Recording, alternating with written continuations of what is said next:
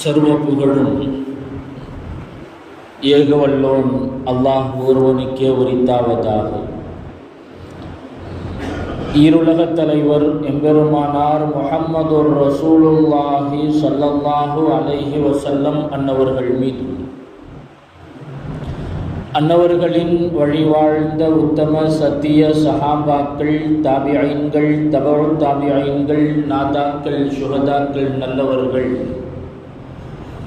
குறிப்பாக நம்மவர்கள் மீதும் நம்மை நேசிக்கின்றவர்கள் மீதும் நாம் நேசிக்கின்றவர்கள் மீதும் அல்லாஹ்வின் வற்றா கருணை என்றென்றும் குன்றாமல் நின்று நிலவட்டுமாக. ஆமீன் ஆமீன் யா ரப்பல் ஆலமீன். சங்கைக்கும் இறை பொருத்தத்திற்கும் உரித்தான அல்லாஹ்வின் நல்லடியார்களே, அருமை முஃமினீன்களே, அல்லாஹு ஜல்ல ஷானஹு வ தஆலா அவனது நேசத்தையும் நெருக்கத்தையும் நாடியவர்களாக நம்மையெல்லாம் அவனது இல்லத்தில் சஞ்சரிக்க செய்திருக்கிறான்.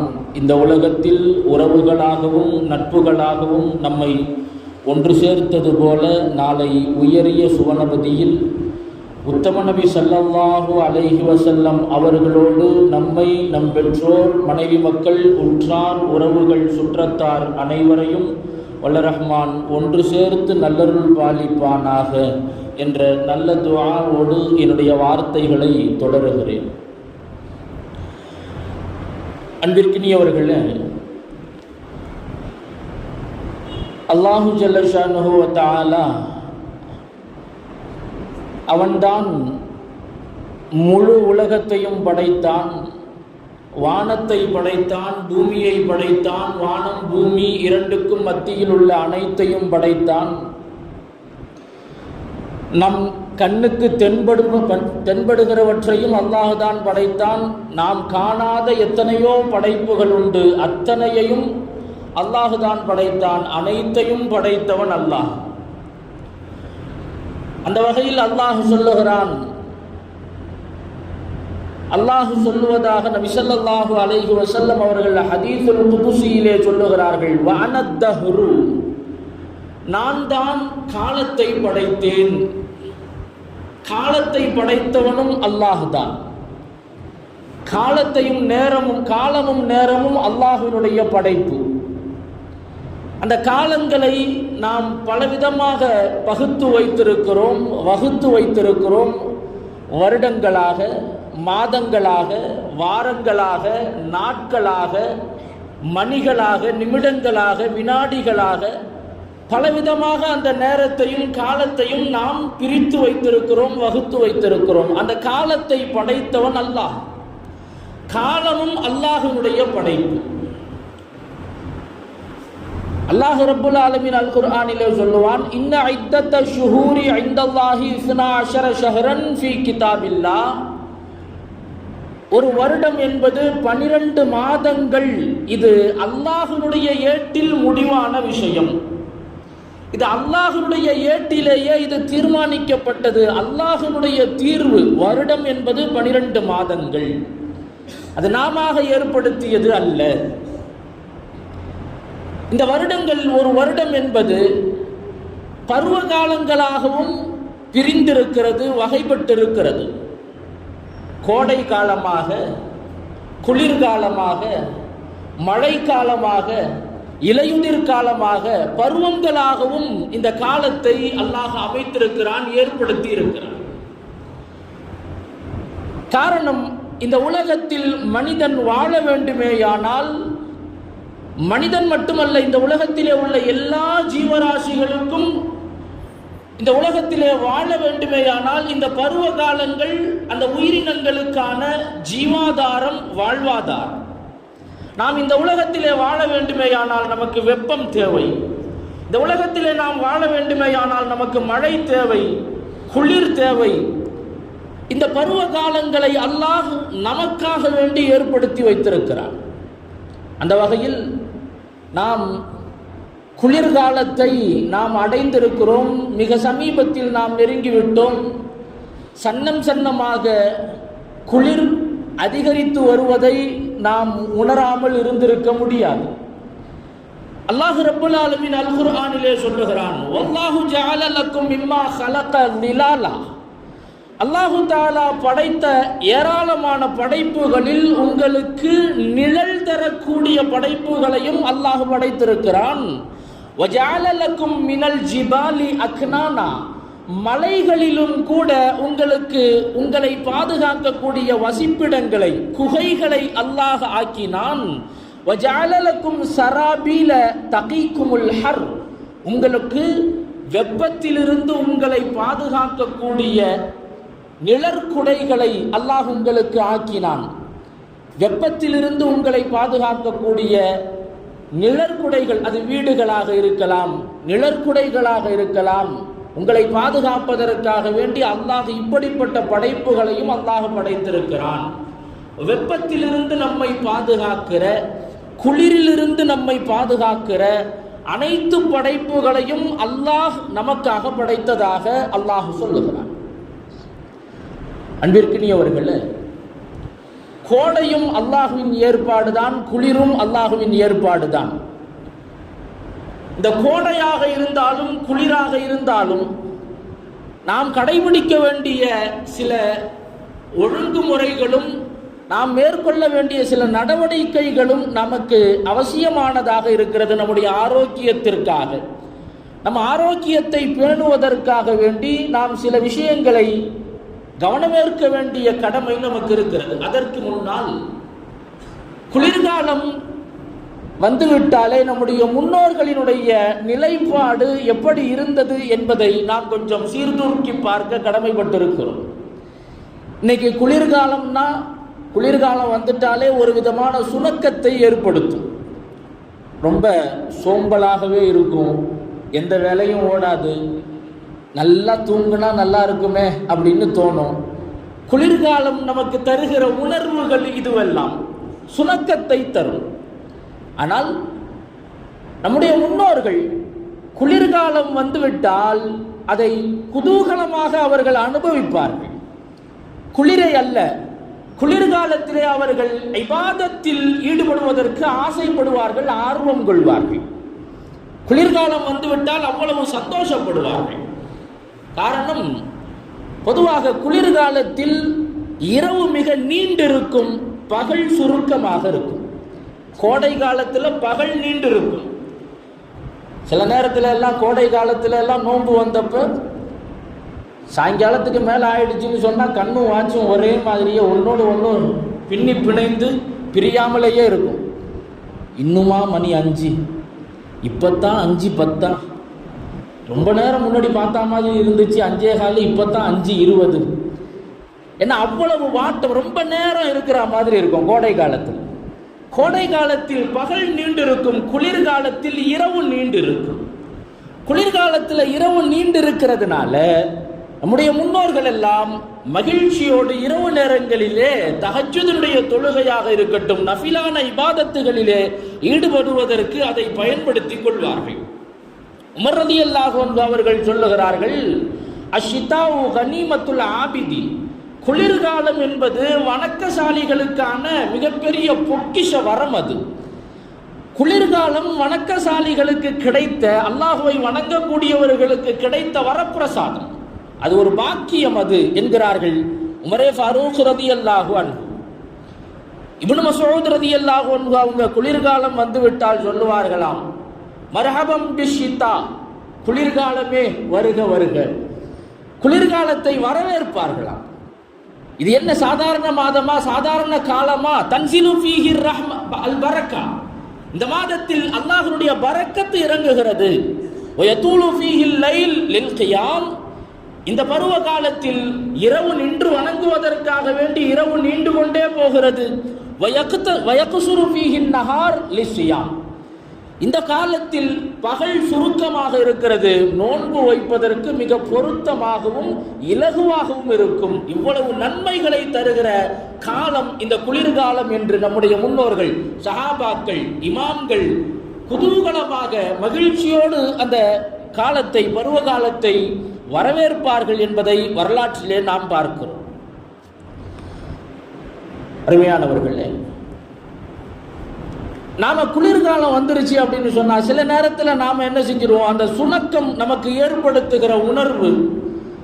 மற்ற நேரங்களில் எல்லாம் கூட ஃபஜ்ருக்கு எழுந்து ஒது செய்து வருவதற்கு நாம் தயாராக இருப்போம், வருவோம் போவோம்.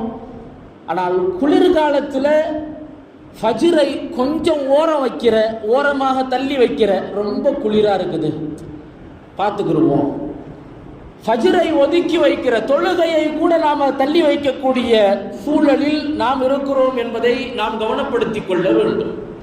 நம்முடைய முன்னோர்கள் குளிர்காலம் வந்துவிட்டால் தான் அமல்களை அதிகப்படுத்துவார்கள். ஏன்னா இரவு அவங்க வழமையாக தூங்கக்கூடிய நேரம் அப்படிங்கிறது ஒரு பேக்கேஜ் மாதிரி. கரெக்டாக தூங்குவாங்க, கரெக்டாக எந்திரிப்பாங்க.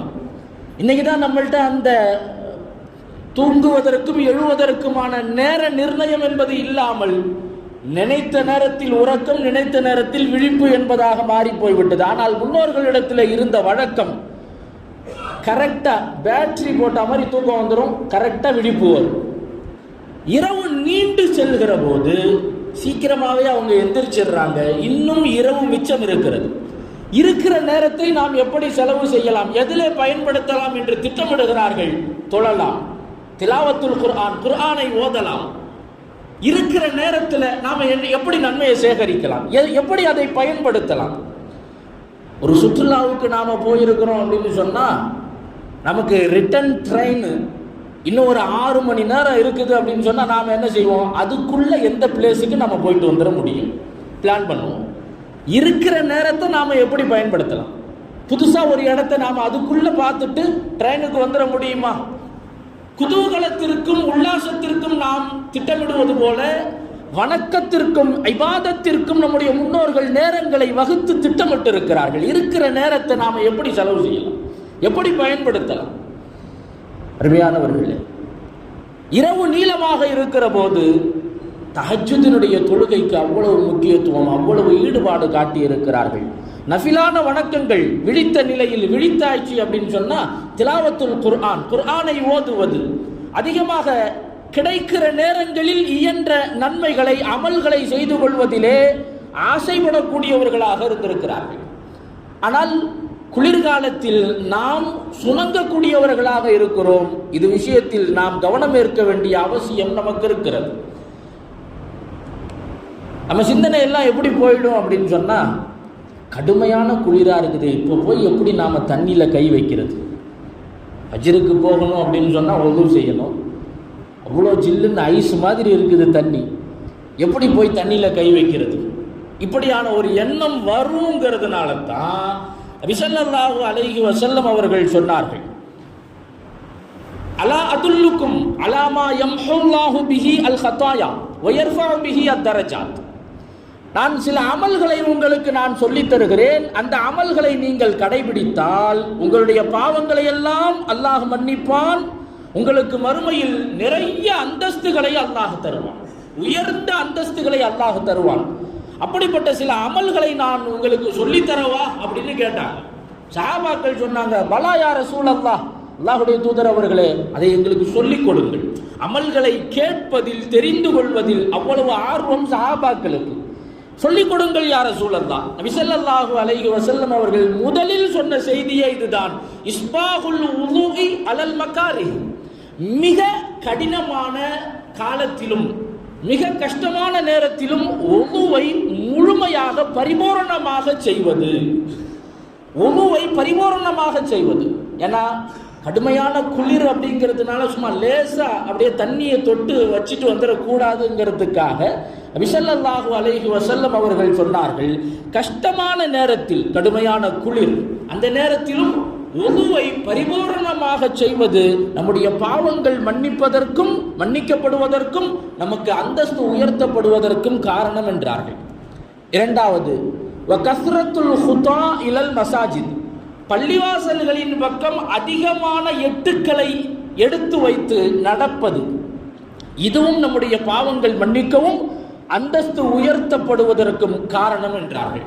மூன்றாவது, வன்திலாரு ஸலாத்தி பாத ஸலா, ஒரு தொழுகைக்கு பிறகு அடுத்த தொழுகையை எதிர்பார்த்திருப்பது, மக்ரிபு முடிந்து விட்டால் இஷாவை எதிர்பார்ப்பது, லுஹர் முடிந்து விட்டால் அசரை எதிர்பார்ப்பது, ஒரு தொழுகைக்கு பிறகு மறு தொழுகையை எதிர்பார்ப்பது, நம்முடைய பாவங்களை அதன் மூலமாக அல்லாஹ் கழுகுகிறான், மன்னிக்கிறான், மறுமையில் நிறைய அந்தஸ்துகளை அல்லாஹ் தருகிறான் என்று ரசூலுல்லாஹி ஸல்லல்லாஹு அலைஹி வஸல்லம் அவர்கள் சொன்னார்.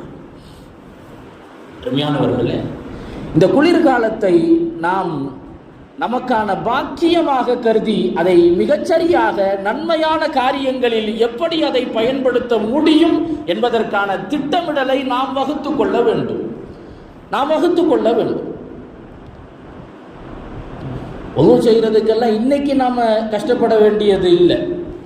ஒரு நேரத்தில் இருந்துச்சு குளிர்ந்த நீர் அப்படின்னு சொன்னால் அதில் தான் ஒழு செஞ்சு ஆகணும், வேறு வழி இல்லை. ஆனால் இன்னைக்கு நிறைய சாதனங்கள், தண்ணீரை உஷ்ணப்படுத்துகிற உபகரணங்கள் எல்லாம் இன்றைக்கு நாம் இருக்கக்கூடிய வசதியான காலத்தில் நாம் இருக்கிறோம்.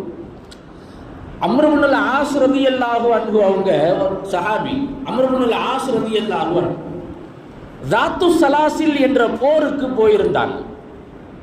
ஜாத்து சலாசில் என்ற போருக்காக வேண்டி சஹாபாக்கள் எல்லாம் போயிருந்தாங்க. அங்க போன இடத்துல அம்ர் இப்னுல் ஆஸ் ரலியல்லாஹு அன்ஹு அவர்கள் சுபுஹ் தொழ வைக்கணும். ஆனால் அவர்கள் குளிப்பு கடமையான நிலையில இருக்கிறாங்க, குளித்தாக வேண்டும். கடுமையான பனிக்காலம், கடுமையான பனி, கடுமையான குளிர். அம்ர் இப்னுல் ஆஸ் ரலியல்லாஹு அன்ஹு அவங்க என்ன செஞ்சாங்க அப்படின்னு சொன்னா, தயம்மம் செய்து அம்ர் இப்னுல் ஆஸ் ரலியல்லாஹு அன்ஹு அவங்க தொழ வச்சாங்க. இந்த போர் முடிந்து மதீனாவிற்கு வந்து சஹாபாக்கள் நபி ஸல்லல்லாஹு அலைஹி வஸல்லம் அவங்கள்ட்ட இந்த செய்தியை சொன்னாங்க. இந்த மாதிரி அம்ர் இப்னுல் ஆஸ் ரலியல்லாஹு அன்ஹு அவங்க தயம்மம் செய்து தொழ வச்சாங்க. அம்ர் இப்னுல் ஆஸ் ரலியல்லாஹு அன்ஹு அவங்கள கூப்பிட்டாங்க. நீங்கள் குளிப்பு கடமையான நிலையில் தயம்மம் செய்து நீங்கள் தொழ வைத்தீர்களா அப்படின்னு கேட்டாங்க. தயம்மம் செஞ்சு நீங்கள் தொழ வச்சிங்களா? அம்ர் இப்னுல் ஆஸ் ரலியல்லாஹு அன்ஹு அவங்க சொன்னாங்க, அல்லாஹ்வுடைய தூதர் அவர்களே, ஆமாம், நான் தயம்மம் செஞ்சு தொழ வச்சேன். ஏன், என்ன காரணம்? இல்லை, நான் குர்ஆனில் உள்ளதின்படி தான் நான் செயல்பட்டேன், அல்லாஹ் சொன்னபடி தான் நான் செயல்பட்டேன். என்னது அது? அம்ர் இப்னுல் ஆஸ் ரலியல்லாஹு அன்ஹு அவங்க சொல்கிறாங்க, அல்லாஹ் தானே குர்ஆனில் சொல்லியிருக்கிறான், வலா தக்துலு அன்ஃபுஸக்கும், உங்களை நீங்களே கொன்று விடாதீர்கள், உங்களை நீங்களே அழிவில் போட்டு விடாதீர்கள், உங்களை நீங்கள் கொன்று விடாதீர்கள், இன்னல்லாஹ கான பிக்கும் ரஹீமா, நிச்சயமாக அல்லாஹ் உங்களின் மீது மிகுந்த இரக்கமுள்ளவனாக இருக்கிறான், உங்களை நீங்களே கொன்று விடாதீர்கள் அப்படின்னு அல்லாஹ் சொல்றான். எனக்கு அப்போ இருந்த கடுமையான பனி, குளிர், ஒது செஞ்சிருந்தா என் உயிரே போயிருக்கும் போல் இருக்கு, அவ்வளவு குளிர். அதனால தான் நான் தயமம் செஞ்சு தொழுதேன் அப்படின்னு சொன்னாங்க. நபி ஸல்லல்லாஹு அலைஹி வஸல்லம் அவங்களுடைய பதிலை கேட்டு சிரிச்சாங்க. அம்ர் இப்னுல் ஆஸ் ரலியல்லாஹு அன்ஹு அவங்களுடைய பதிலை கேட்டு ரசூலுல்லாஹி ஸல்லல்லாஹு அலைஹி வஸல்லம் அவர்கள் சிரித்தார்கள். இப்போ இதிலிருந்து, இந்த செய்தியிலிருந்து இமாம்கள் சட்டம் வகுக்கிறார்கள். கடுமையான குளிர் நேரத்தில், ரொம்ப கடுமையான குளிர், எந்த அளவுக்கு குளிர்னா அந்த கடுமையான குளிரில் நாம் குளிர்ந்த நீரை பயன்படுத்தினால் கடும் நோய்க்கு ஆளாகி விடுவோம் என்ற அச்சம் இருந்தால் தயம்மம் செய்து கொள்வதற்கு அனுமதி இருக்கிறது என்கிற சட்டத்தை இந்த நிகழ்விலிருந்து நமக்கு வகுத்து சொல்கிறார்கள். அதனால சரி, இப்படி ஒரு செய்தி இருக்குதா அப்படின்னு விளங்கிக்கிட்டு இத்தனை நாளா இது தெரியாம நாம ஒழு செஞ்சிட்டோமேங்கிற முடிவுக்கு வந்துடக்கூடாது. தயம்மம் அப்படிங்கிறது மார்க்கம் நமக்கு தருகிற அவசர கால சலுகை. அவசர கால சலுகை, நிர்பந்தமான நேரத்தில் பயன்படுத்த வேண்டிய சலுகை. அது எல்லா நேரத்திலையும் அதை பயன்படுத்திடக்கூடாது. தண்ணீர் இருந்தால் தண்ணீரில் தான் ஒழு செய்ய வேண்டும். கடுமையான காய்ச்சலாக இருக்குது, தண்ணீரில் கை போடாதீங்கன்னு மருத்துவர் சொல்லியிருக்கிறாரு அப்படின்னு சொன்னால் தாராளமாக தயமம் செய்யலாம். மருத்துவர் சொல்கிறாரு, நீங்கள் தண்ணியில் கை போடாதீங்க. எப்படி தண்ணியில் கை போட்டீங்க அப்படின்னு சொன்னால், தண்ணியை பயன்படுத்தினீங்கன்னா உடம்பு க்யூர் ஆகிறதுக்கு, சரியாகிறதுக்கு தாமதமாகும்னு சொன்னால் தாராளமாக தயமம் செய்யலாம். அதில் மார்க்கத்தில் எந்த தடையும் கிடையாது. ஆனால் லேசான குளிர், லேசாக குளிர்ற மாதிரி தெரியுது, அதுக்காக வேண்டியெல்லாம் தயமம் செய்வது என்பது அது தகாதது, அதுக்கு அவ்வளவு பொருத்தமானது அல்ல. அதுவும் நாம் இருக்கிற இந்த காலத்தில் நமக்கு எல்லா ஆப்ஷனும் இருக்குது. கடுமையான பனியாக இருந்தாலும் குளிராக இருந்தாலும் பள்ளிவாசல்களிலேயும் சரி வீடுகளிலேயும் சரி இன்னைக்கு தண்ணீரை உஷ்ணப்படுத்தக்கூடிய ஹீட்டர் இருக்குது. அதை நாம் பயன்படுத்தி கொள்வதற்கான எல்லா வழிவகைகளும் நமக்கு இருக்கிறது. எனவே நம்ம அந்த ஹதீஸை எல்லாம் இந்த காலத்துக்கு நமக்கான லேசான நேரங்களில் எல்லாம் அதை பயன்படுத்தக்கூடாது. அவசர கால சலுகை. உதாரணத்திற்கு சொல்வதாக இருந்தால், நாம் பயணம் செய்யக்கூடிய வாகனங்கள் பேருந்துகளில் எமர்ஜென்சி எக்ஸிட்னு ஒன்று வச்சுருப்பாங்க. எமர்ஜென்சி எக்ஸிட் அப்படிங்கிறத நாம் எப்போ பயன்படுத்தலாம் அப்படின்னு சொன்னால், ஏதாவது ஒரு ஆபத்து, ஒரு விபத்து, திடீர்னு ஃபயர் ஆகிடுச்சு, ஒரு தீ விபத்து ஆகி போச்சு, அல்லது ஏதாவது ஒரு வாகன விபத்து அப்படின்னு சொன்னால் அப்போ அதை பயன்படுத்தணும். அதை விட்டு ஒவ்வொரு ஸ்டாப்புக்குமே இறங்கி பின்வழியாகவே குதிக்கக்கூடாது. அதுக்கு பேர் எமர்ஜென்சி எக்ஸிட். அது மாதிரி தான் இந்த தயம்மமும் கூட எமர்ஜென்சிக்காக வேண்டி நாம் அந்த சலுகையை பயன்படுத்தலாம். நம்முடைய சௌகரியத்திற்காக வேண்டி அதை சலுகையாக நாம் எடுத்துக்கொள்ளக்கூடாது. அதுபோல்தான் நாற்காலியில் அமர்ந்து தொழுவதும் கூட, அமர்ந்து தொழுவது அல்லது நாற்காலியில் அமர்ந்து தொழுவதும் கூட இதுவும் அவசர கால சலுகை தான். நிர்பந்தம் என்கிற போதுதான் பயன்படுத்த வேண்டும். நிற்கவே முடியல, ரொம்ப கடுமையான மூட்டு வலி அப்படின்ற பட்சத்தில் அதை பயன்படுத்தி கொள்வதற்கு மார்க்கம் அனுமதிக்கிறது. லேசா வலிக்கிற மாதிரி தெரியுது, அதுக்கெல்லாம் உட்கார்ந்து தொழுவதற்கு மார்க்கத்தில் அனுமதி கிடையாது. அது தவறு, அப்படி செய்யக்கூடாது. நின்று தொழுவதற்கு அல்லாஹ் நம்முடைய உடலில் தாக்கத்தை, ஆரோக்கியத்தை அல்லாஹ் தந்திருக்கிறான் என்றால் நின்றுதான் தொழ வேண்டும், அமர்ந்து தொழக்கூடாது. அப்ப இதுவெல்லாம் மார்க்கம் தருகிற சலுகைகள். இந்த சலுகைகளை நாம் தகுந்த நேரத்தில் பயன்படுத்தலாம், எல்லா நேரத்திலும் அதை நாம் பொதுமைப்படுத்தி விடக்கூடாது என்கிற கவனமும் நம்மிடத்தில் வேண்டும். அதே போல இந்த குளிர் நேரத்தில், குளிர்காலங்களில் நம்முடைய ஆரோக்கியத்தின் விஷயத்திலே நாம் மிகுந்த கவனம் இருக்க வேண்டும். குளிர்காலம் வந்துவிட்டாலே உமர் ரலியல்லாஹு அன்ஹு அவர்கள் தன்னுடைய பணியாளர்கள், அவர்களால் நியமனம் செய்யப்பட்ட அதிகாரிகளுக்கு கடிதம் எழுதுவார்களாம். குளிர்காலம் வந்துவிட்டது, இந்த குளிர்காலம் என்பது உங்களுக்கு எதிரியை போல, இந்த குளிர்காலம் உங்களுக்கு விரோதி.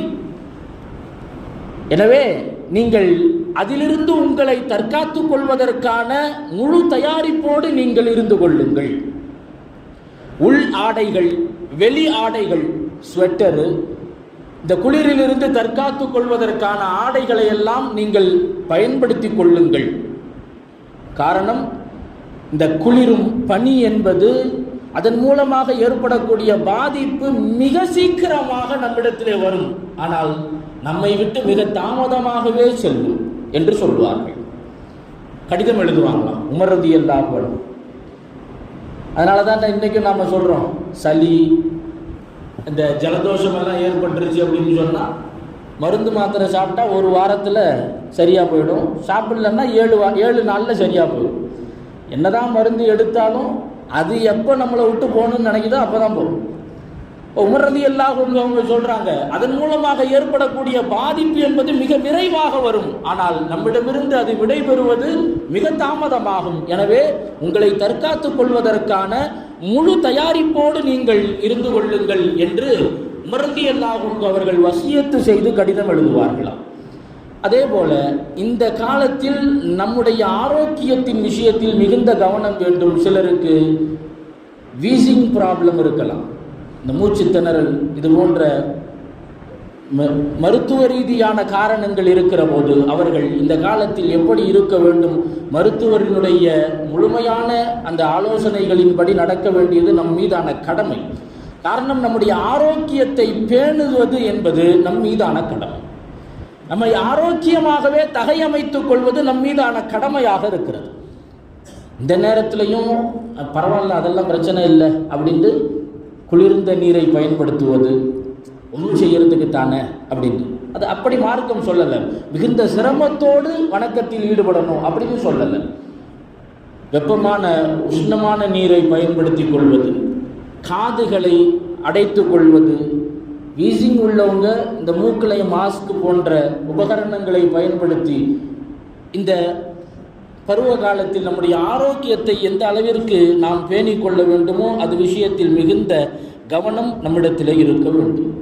அதேபோல் நான் ஆரம்பத்தில் சொன்னதை போல இந்த காலத்தை நமக்கான பாக்கியமான நேரமாக பயன்படுத்தி முடிந்த அளவிற்கு அமல்களில் இபாதத்தில் நாம் எந்த அளவிற்கு ஈடுபட முடியுமோ அந்த அளவிற்கு திட்டமிட்டு நேரங்களை நன்மையானதாக பயன்படுத்தி கொள்வதற்குமான முனைப்பும் நம்மிடத்தில் இருக்க வேண்டும். வல்லரஹ்மான் அல்லாஹு தஆலா அத்தகைய உயரிய நற்பாக்கியத்திற்கு உரித்தானவர்களாக அல்லாஹ் நம் அனைவரையும் ஆக்கி அருள் புரிவானாக. வல்லரஹ்மான் அல்லாஹு தஆலா இந்த குளிரின் மூலமாக என்னென்ன நன்மைகளை அல்லாஹ் உள்ளடக்கி வைத்திருக்கிறானோ அந்த நன்மைகளை முழுமையாய் பெற்றுக்கொள்ளக்கூடிய பாக்கியத்தை நம் அனைவருக்கும் அல்லாஹ் தருவானாக. இந்த குளிரின் மூலமாக என்னென்ன பாதிப்புகளும் கேடுகளும் ஏற்படுமோ அந்த பாதிப்புகளை விட்டு அல்லாஹ் நம் அனைவரையும் பாதுகாத்து அருள் புரிவானாக. பிஹக்கி சய்யிதினா முஹம்மதின் ஸல்லல்லாஹு அலைஹி வஸல்லம் வாஹிரு தஅவானா அனில் ஹம்துலில்லாஹி ரப்பில் ஆலமீன். அஸ்ஸலாமு அலைக்கும் வரஹ்மத்துல்லாஹி வபரகாத்துஹு.